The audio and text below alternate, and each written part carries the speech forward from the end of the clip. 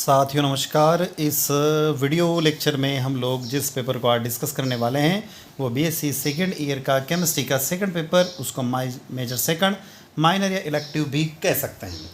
साथियों ये paper date की बात करें, दिनांक की बात करें तो 2 जून 2023 को विक्रम यूनिवर्सिटी उज्जैन के अंतर्गत आने वाले कॉलेजों के अंदर हुआ था। और ये जो 2 जून को पेपर हुआ था, इसका कुछ क्वेश्चंस के सॉल्यूशन हम लोग यहाँ पर देखने वाले हैं और कुछ क्वेश्चंस के जो सॉल्यूशन है वो वीडियो लेक्चर में आपको प्लेलिस्ट में मिल जाएंगे।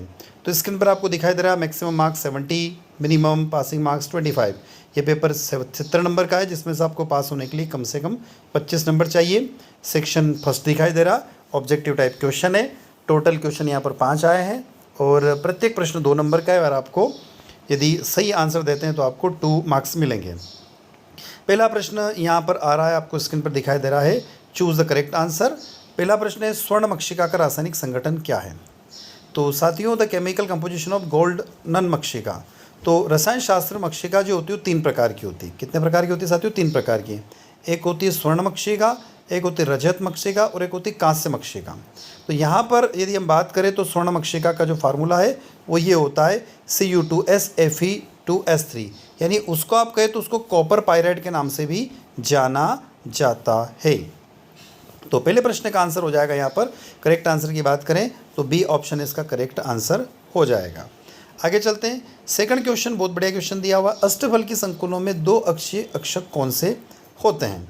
अष्टफल की संकुलों में 2 अक्षीय अक्षक कौन से होते हैं? तो साथियों यदि अष्टफल की संकुलों की बात करें हम लोग तो यहाँ पर हम लोग जानते हैं कि जब आप डी ऑर्बिटल की स्प्लिटिंग करते हैं, डी ऑर्बिटल को आप तोड़ते हैं तो 2 भागों में टूटता है, T2G और EG। यदि हम बात करें तो कितने भागों में ब्रेक होता है? T2G और EG के भाग में उसको हम लोग ब्रेक करते हैं। जब हम इसको T2G और EG के भाग में ब्रेक करते हैं, जैसे हम बोलते हैं ना कि जो D होते हैं टोटल इस तरीके से यहाँ पर 5 D होते हैं। अब आप इसको ब्रेक करते हो तो इस तरीके से ब्रेक होता है, एक होता है T2G और एक होता है EG। क्लियर है? तो हम नीचे वाले को तो कहते हैं T2G और ऊपर वाले को कहते हैं EG। कब? ऑक्टाहेड्रल कॉम्प्लेक्स है इसकी। तो यहाँ पर T2G में 3 ऑर्बिटल आते हैं, कौन कौन से? DXY, DYZ, DZX, और ऊपर कौन सा आता है? DX² माइनस Y² और DZ²। तो यहाँ पर सीधा सा ऑप्शन का आंसर ये हो जाएगा कि जो एक्शियल कौन से होते हैं DX² माइनस Y² और DZ² आपको आंसर लिखना था या लिखना होगा। प्रश्न क्रमांक 3, वह तंत्र जिसमें ऊर्जा एवं पदार्थ का बाह्य वातावरण से आदान प्रदान नहीं होता है उसे हम लोग क्या कहते हैं? System in which the neither energy nor matters can be exchange with the surrounding is called the isolated system, यानी उसको हम लोग विलगित तंत्र कहते हैं। आगे चलते हैं। क्वेश्चन नंबर 4 दिया हुआ, विशिष्ट चालकता है चालकता कप्पा के लिए गणितीय व्यंजक एवं इकाई लिखिए। तो कप्पा का जो फार्मूला होता है यहाँ पर हमने बता रखा है कि इसके अंदर आप देखेंगे तो कप्पा इक्वल टू 1/ρ, 1 क्या लिखा हुआ है? रो लिखा हुआ है। इक्वल टू क्या लिखा हुआ है? तो यहाँ पर लिखा हुआ है A/A इंटू 1/r, ये होता है। तो यदि हम इसको फार्मूले में कन्वर्ट करें, यूनिट में कन्वर्ट करें, तो फार्मूले का यूनिट में कन्वर्ट करते तो इसकी यूनिट हो जाती है ओम इनवर्स सेंटीमीटर इनवर्स हो जाती है। आगे चलते हैं। नेक्स्ट क्वेश्चन बहुत बढ़िया क्वेश्चन है, 5th वाला, गंधक तंत्र में त्रिक बिंदुओं पर शून्यता की कोटि क्या होगी? तो साथियों इसको थोड़ा सा मैं यहाँ पर जो दिया हुआ है इसको हटा देता हूँ। यहाँ पर शून्यता की कोटि क्या होगी? तो इसका एक फार्मूला होता है डिग्री ऑफ फ्रीडम निकालने का, वो है F इक्वल टू, जो फार्मूला है उसको आप नोट कर लीजिए, F equal to C-P+2 formula होता है।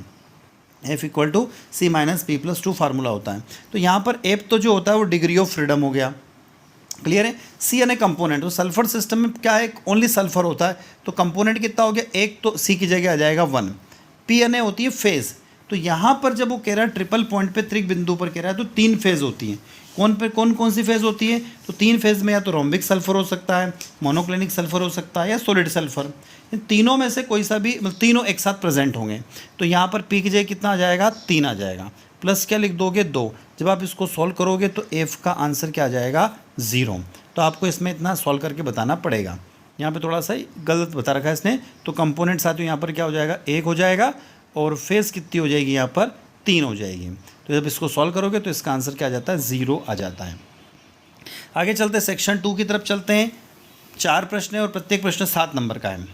अब क्या यहाँ पर क्वेश्चन, बहुत बढ़िया क्वेश्चन दिया हुआ है, डी ब्लॉक संक्रमण तत्वों के इलेक्ट्रॉनिक विन्यास और ऑक्सीकरण अवस्थाएं लिखिए। 7 नंबर का प्रश्न है साथियों। तो आपको क्या करना पड़ेगा कि डी ब्लॉक तत्वों की ऑक्सीडेशन स्टेट लिखना है और उनका इलेक्ट्रॉनिक कॉन्फ़िगरेशन लिखना है।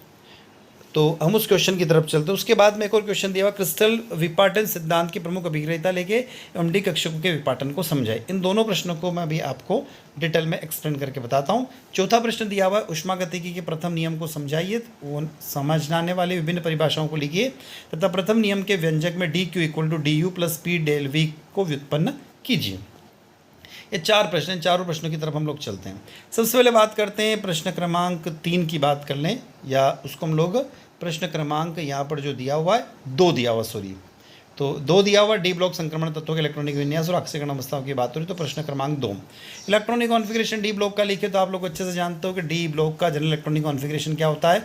तो यहाँ पर हमने मेंशन किया हुआ है डी ब्लॉक का जनरल इलेक्ट्रॉनिक कॉन्फ़िगरेशन आपको दिख रहा है n-1 D1 to 10 और NS1 to 2। क्या दिया हुआ है, आप वीडियो रोककर इंग्लिश मीडियम के विद्यार्थी इंग्लिश मीडियम में पढ़ सकते हैं। मैं हिंदी मीडियम में इसको प्रोनाउंसिएशन कर रहा हूँ। डी ब्लॉक जिसे संक्रमण धातु भी कहा जाता है, एस और पी ब्लॉक के बीच में पाए जाते हैं। इन तत्वों का नाम डी ब्लॉक तत्व होता है क्योंकि इन तत्वों का लास्ट इलेक्ट्रॉन यानी अंतिम इलेक्ट्रॉन डी उपकोष में प्रवेश करता है। डी ब्लॉक तत्व आवर्त सारणी में एस ब्लॉक और पी ब्लॉक तत्वों के हम सेंटर में होते हैं, नहीं बीच में होते हैं। चूंकि एस ब्लॉक और पी ब्लॉक तत्वों के बीच में होते हैं इसलिए इसको हम क्या बोलते हैं, ट्रांजिशन एलिमेंट्स कहते हैं। और ट्रांजिशन एलिमेंट की तरह अपना बिहेवियर शो करते हैं। आगे देखें तो यहाँ पर क्या होता है कि जिन एलिमेंट्स का इलेक्ट्रॉनिक कॉन्फ़िगरेशन फिलअप होता है, जैसे जिंक, मरकरी और कैडमियम, तो इनको क्या कहा गया है कि इनको हम ट्रांजिशन एलिमेंट नहीं काउंट करते हैं या नहीं मानते हैं। अब जो डी ब्लॉक के एलिमेंट्स होते हैं उनको जनरली 4 सीरीज़ में क्लासीफाइड किया गया है।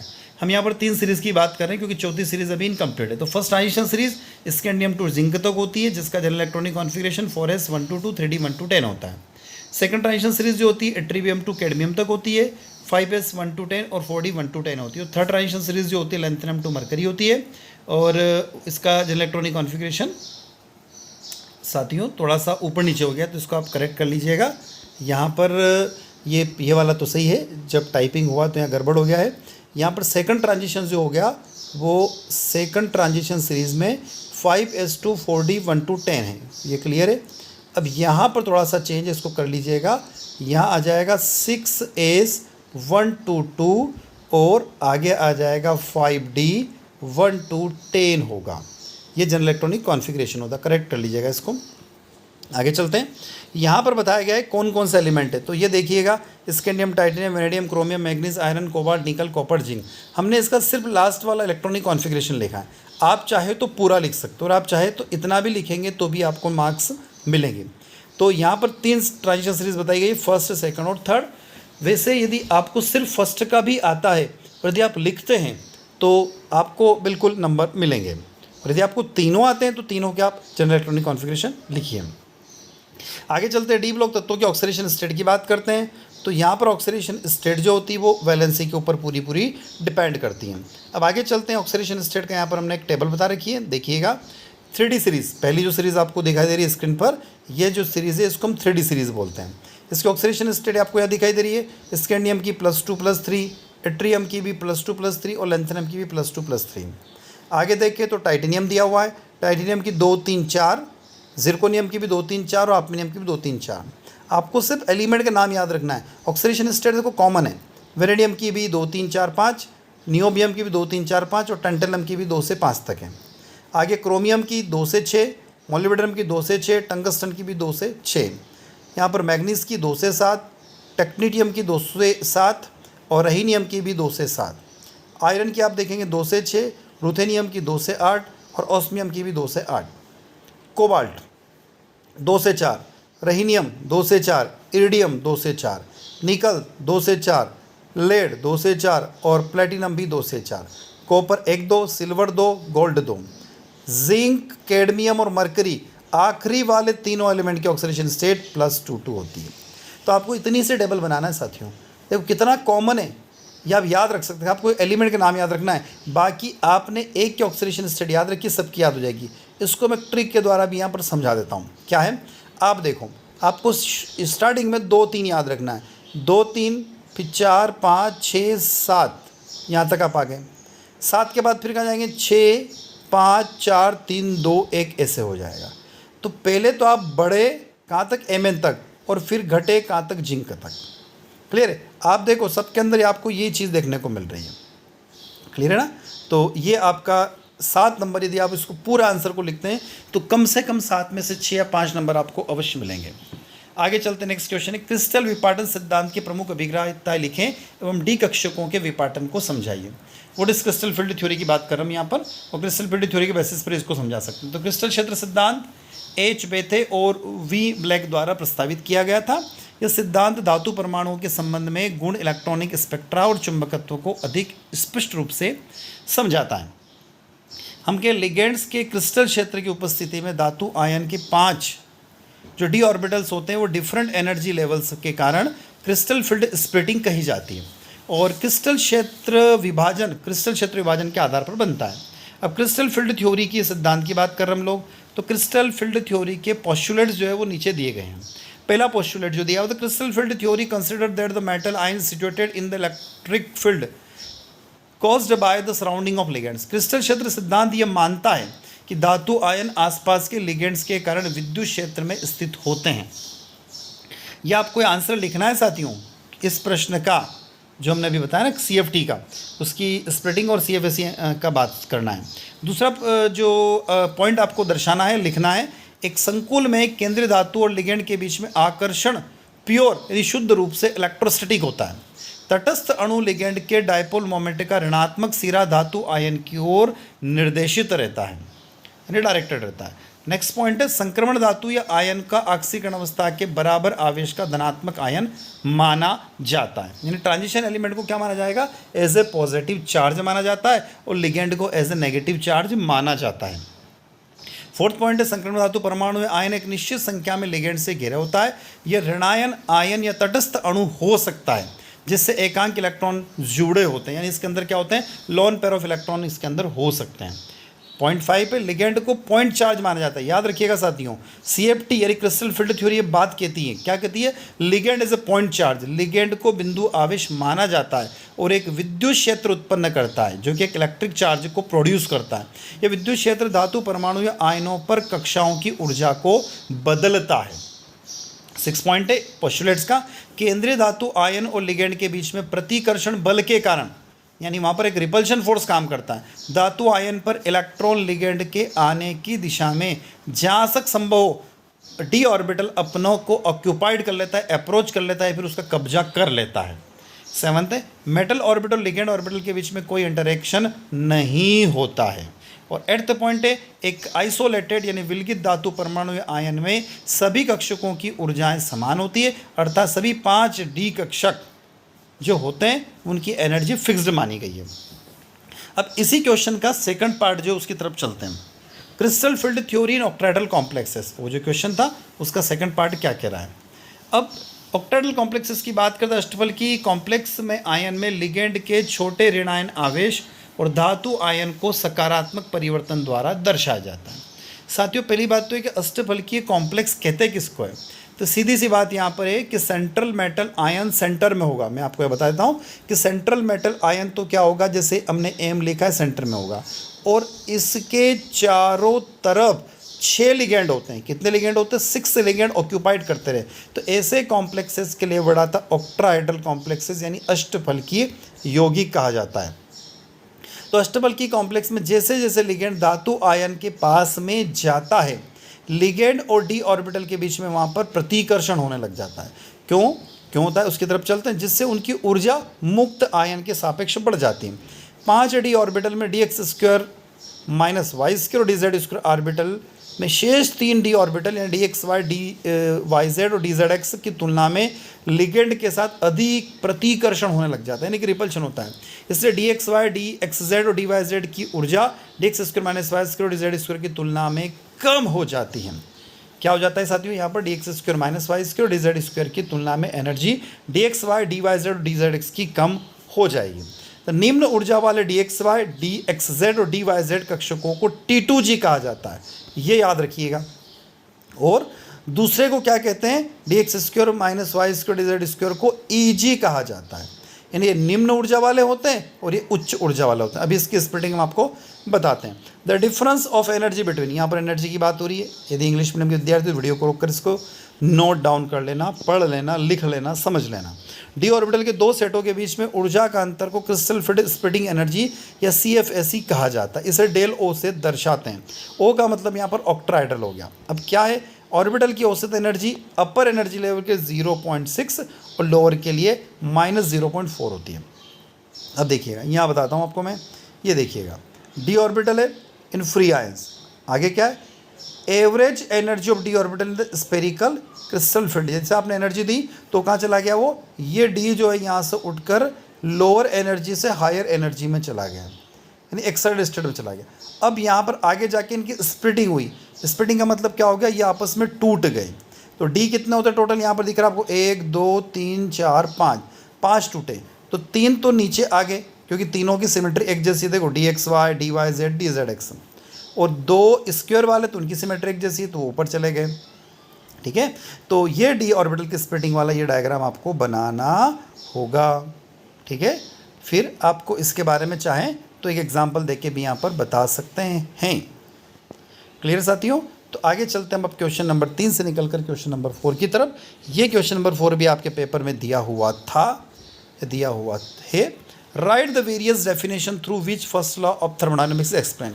मतलब अलग अलग परिभाषाओं के थ्रू आपको बताना है ऊष्मागतिकी के प्रथम नियम को समझाना है। तो statements of first law of thermodynamics, first law of thermodynamics से स्टेटमेंट क्या है उसकी तरफ हम लोग चलते हैं। The first law is the law of conservation of energy which reinforce of the notation that energy cannot be destroyed, can only be changed form. According to this law, energy can neither be created nor be destroyed is an isolated system। यानी प्रथम नियम जो है ऊर्जा संरक्षण का नियम कहलाता है, जिससे इस धारणा को बल मिलता है कि ऊर्जा नष्ट नहीं हो सकती है, उसका केवल रूप परिवर्तित हो सकता है। इस नियम के अनुसार किसी विलगित तंत्र में ऊर्जा न तो उत्पन्न हो सकती है और ना ही नष्ट हो सकती है। Although it can be converted from one form to another, it can only be converted from one type of energy to another. The system and its surroundings are collectively called isolated system। यदि भी इसे एक रूप से दूसरे रूप में परिवर्तित किया जा सकता है, इसे केवल एक प्रकार की ऊर्जा से दूसरी प्रकार की ऊर्जा में परिवर्तन किया जा सकता है। तंत्र और उसके घिराव को संयुक्त रूप से आइसोलेटेड यानी विलगित कहते हैं। उसमें अलग अलग डेफिनेशन की बात करी, इसलिए हमने थोड़ा सा इसको विस्तृत से समझा रखा है। प्रश्न 7 नंबर का है तो 7 नंबर लाएगा आंसर आपको लिखना पड़ेगा। उक्त परिभाषा को दूसरे शब्दों में इस प्रकार भी कहा जा सकता है, विलगित तंत्र में संपूर्ण ऊर्जा कांस्टेंट होती है, स्थिर रहती है, यद्यपि वह एक रूप से दूसरे रूप में परिवर्तित की जा सकती है। इस तथ्य का वैकल्पिक कथन निम्न प्रकार से है। क्या है, जब कभी किसी प्रकार की ऊर्जा नष्ट होती है तो तुल्य मात्रा में दूसरी प्रकार की ऊर्जा उत्पन्न हो जाती है। Whenever one type of energy is destroyed, another type of energy of equal amount is created। बहुत शानदार स्टेटमेंट है प्रथम नियम का। अब नियम को किस प्रकार परिभाषित कर सकते हैं, यहाँ पर दिया हुआ है, शाश्वत गति मशीन का निर्माण करना असंभव है, अर्थात ऐसी मशीन बनाना असंभव है जिसमें बिना ऊर्जा खर्च किए कार्य या ऊर्जा प्राप्त की जा सकती है। तो इतना आपको फर्स्ट लॉ ऑफ थर्मोडायनेमिक्स के बारे में बताना पड़ेगा। अब हम चलते हैं इसके डेरिवेशन की तरफ। इसका सेकंड पोर्शन दिया हुआ था, उस क्वेश्चन के अंदर क्या था, derive the expression for DQ equal to DU plus PdV। First law मतलब आपको ये डेराइव करना था, DQ equal DU plus PD, मतलब प्रथम ऊष्मागतिकी के प्रथम नियम का गणितीय व्यंजक आपको लिखना था, मैथमेटिकल एक्सप्रेशन लिखना था। क्या है, हम लोग जानते हैं कि माना कि किसी तंत्र को ऊष्मा क्यों दी जाती है। हमने कहा कि हमारे पास में कोई सिस्टम है, जैसे कोई सिस्टम है, आपने क्या कर दिया, इसको एनर्जी प्रोवाइड कर दी। क्या, क्यों, यह तंत्र की आंतरिक ऊर्जा, मतलब इस सिस्टम के अंदर क्या है, U1 एनर्जी। जैसे मैं अपना आपको यहाँ पर रख लेता हूँ, कुछ देर के लिए मैं यहाँ पर खड़ा हूँ या बैठा हूँ, ठीक है। अब मैंने यहाँ पर क्या किया, खाना खाना चालू किया, ठीक है। खाना खाना चालू किया तो मैंने क्या किया, Q एनर्जी को गेन कर लिया। क्लियर है। अब मेरे बॉडी के अंदर मैं खाना खा रहा हूँ तो इंटरनल एनर्जी U1 तो पहले से ही है। अब खाना खाने के बाद मेरी एनर्जी बढ़कर क्या हो गई, U2 हो गई, तथा आसपास का पर कार्य करने में उपयोग भी होगी। अब मैं इससे पढ़ सकता हूँ, समझ सकता हूँ, वीडियो बना सकता हूँ। माना कि उपयुक्त Q ऊष्मा के अवशोषण से तंत्र की आंतरिक ऊर्जा में वृद्धि U1 से U2 हो गई। तो उसकी एनर्जी कितनी हो गई, बढ़ गई, U1 से क्या हो गई, U2 हो गई। ठीक है साथियों, तथा शेष ऊष्मा W कार्य करने में खर्च हो गई। ठीक है, और तंत्र द्वारा किया गया बाह्य कार्य क्या हो गया, W। सिस्टम भी क्या कुछ ना कुछ काम करेगा, बैठा तो रहेगा नहीं ना, यदि हम बैठ तो सकते नहीं, हम तो काम करेंगे। तो जब तंत्र ऊष्मागतिकी का प्रथम नियम क्या है, तो Q equal to U2 minus U1 plus W। तो Q equal to del U plus W, तो आप लिख सकते हो del U equal to Q minus W, जहाँ डेल U क्या है, आंतरिक ऊर्जा में परिवर्तन है। समीकरण एक ऊष्मागति के प्रथम नियम का गणितीय व्यंजक कहलाता है। अनंत सूक्ष्म परिवर्तन के लिए समीकरण 2 को निम्न प्रकार से लिखा जा सकता है, जिस नियम को डिफरेंशियल फॉर्म में बताता है, अवकलित रूप में। तो D Q equal to D U equal to D Q minus D W. यदि किया गया कार्य केवल आयतन प्रसार के कारण होता है तो क्या लिखोगे, D Q equal to D U plus P D V भी लिख सकते हो और पी डेल वी भी लिख सकते हो। साथियों यहाँ पर इसको क्या लिख सकते हैं, इसको आप लिख सकते हो D Q equal to D U plus P del V भी लिख सकते हैं, दोनों भी लिख सकते हैं। डिफरेंशिएशन वाला भी लिख सकते हैं और डेल चेंज वाला भी लिख सकते हैं। चक्रीय प्रक्रम में जहाँ प्रारंभिक व अंतिम अवस्था एक ही है, तब U1 और U2 बराबर हो जाएंगे, तो U2 माइनस U1 बराबर डेल यू इक्वल टू 0 होगा। तो ऐसी स्थिति में प्रथम नियम निम्न प्रकार हो जाएगा, क्या हो जाएगा, यहाँ पर ये हो जाएगा del U equal Q minus W equal del U. यदि ये 0 हो गया साइक्लिक सिस्टम में तो ये सिस्टम है और ये आपकी फाइनल इक्वेशन यहाँ पर मिल जाएगी। तो हमें वैसे प्रूव करने के लिए तो सिर्फ यही कहा गया था, पर हमने यहाँ तक इसको बता दिया है। आगे चलते हैं। अगला जो प्रश्न क्रमांक 5 दिया हुआ है, अनंत तनुता पर आणविक चालकता के लिए कोलराश नियम को समझाइए। जल के आयनिक गुणनफल की गणना करने में इसकी उपयोगिता को स्पष्ट करें। Explain Kohlrausch law for molar conductivity in infinite dilution, how it is apply for determining the ionic product of water. प्रश्न क्रमांक 5 जो दिया हुआ उसकी तरफ चलते हो। फिर प्रश्न क्रमांक 6 गिब्स का प्रावस्था नियम दिया हुआ है। तो उसके बाद में नेक्स्ट क्वेश्चन जो आएंगे 16 नंबर के 2 क्वेश्चन हैं। अब यहाँ पर तनुता पर आणविक अनंत तनुता पर आणविक चालकता के लिए कोलराश का नियम को हमें समझाना है और जल के आयनिक गुणनफल की उपयोगिता को बताना है। 7 नंबर का प्रश्न है। साथियों हमने ये जो पूरा आंसर है हिंदी मीडियम में बता रखा है यहाँ पर, और ये एक बुक का पिक्चर हमने आपके सामने रखा है, क्योंकि इतना जो पूरा कंटेंट है मैटर उसको टाइप करने में बहुत ज़्यादा टाइम लगता है, इसलिए हमने उसको पूरा आपके सामने रख दिया है। कोलराश ने सन 1876 में एक रूल को दिया था, क्या है, तो इनफाइनाइट डाइल्यूशन पर जब समान विद्युत अपघट्य पूर्ण आयनित हो जाते हैं, मतलब अनंत तनुता पर इनफाइनाइट डाइल्यूशन पर जब क्या होते हैं, इलेक्ट्रोलाइट्स जो होते हैं वो कम्प्लीटली आयनाइज्ड हो जाते हैं, तो उसमें इंटर आयनिक अट्रैक्शन जो होता है वो नेग्लिजिबल हो जाता है। जब विद्युत अपघट्य की आणविक चालकता यानी इलेक्ट्रोलाइट कंडक्टिविटी की मोलर कंडक्टिविटी प्रत्येक आयन में फिक्स पार्टिसिपेशन करती है, तो हम ये कह सकते हैं कि इस कंडीशन में इनफाइनाइट डाइल्यूशन पर इलेक्ट्रिक कंडक्टिविटी ठीक जो है वो मोलर कंडक्टिविटी के जो मान होते हैं वो पॉजिटिव और नेगेटिव आयनों की अनंत तनुता यानी कि इनफाइनाइट डाइल्यूशन के बराबर हो जाते हैं। जैसा आपको यहाँ पर दिखाई दे रहा है, क्या दे रहा है, मैं थोड़ा सा उसको जूम कर देता हूँ, ये दिखाई दे रहा है। तो क्या कहा गया है यहाँ पर, ये जो बताया गया उल्टा भी एक लेमडा बोल सकते हैं इसको। ए मने मोलर कंडक्टिविटी, इनफाइनाइट का मतलब इनफाइनाइट डाइल्यूशन पे, तो ये लिखेंगे हम इसको ए मने molar conductivity, lambda molar conductivity eight infinite dilution, यानी अनंत तनुता पर मोलर कंडक्टिविटी यानी आणविक चालकता।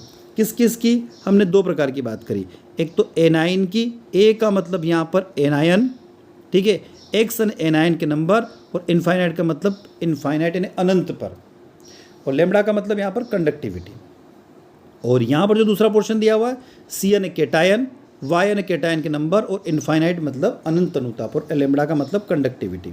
तो हम यहाँ क्या कह सकते हैं कि जो डेफिनेशन आई है वो क्या है कि इनफाइनाइट डाइल्यूशन पर जब कोई भी आयंस कंप्लीटली इलेक्ट्रिसिटी शो करते हैं तो उनमें इंटर आयनिक अट्रैक्शन जो होता है वो नेग्लिजिबल हो जाता है, और ऐसी कंडीशन में उनका जो पार्टिसिपेशन होगा वो धन आयन और ऋण आयनों के एडिशन के बराबर, योग के बराबर हो जाता है। यहाँ पर दिया हुआ है, यहाँ पर लेमडा और लेमडा सी क्रमशः ऋण आयन और धन आयन की अनंत तनुता पर आयनिक चालकता है। तो यह नियम कभी कभी आयनों के law of independent migration of ions पर डिपेंड करता है। यहाँ एक्स और वाई का मतलब है धन आयन ऋण आयनों की इकाई, जैसे HCl में एक H और एक Cl है, MgCl2 में Mg एक है और Cl कितने हैं, 2 है। तो यहाँ पर इसको हम रख सकते हैं या लिख सकते हैं। किसी भी विद्युत अपघट्य अंचल होता है तुल्यांकी चालकता उसमें उपस्थित प्रत्येक आयन द्वारा प्रदत्त एक निश्चित मान के योग के बराबर होती है। अब चलते इस क्वेश्चन का जो सेकंड पोर्शन है, जल के आयनिक गुणनफल का निर्धारण करना। तो जल का वियोजन यानी जल को हम डिसोशिएट करते हैं तो कैसे ब्रेक होगा, H2O किस में ब्रेक होगा, H positive plus OH negative में। अब इसका सोल्यूशन यहाँ पर दिया हुआ है।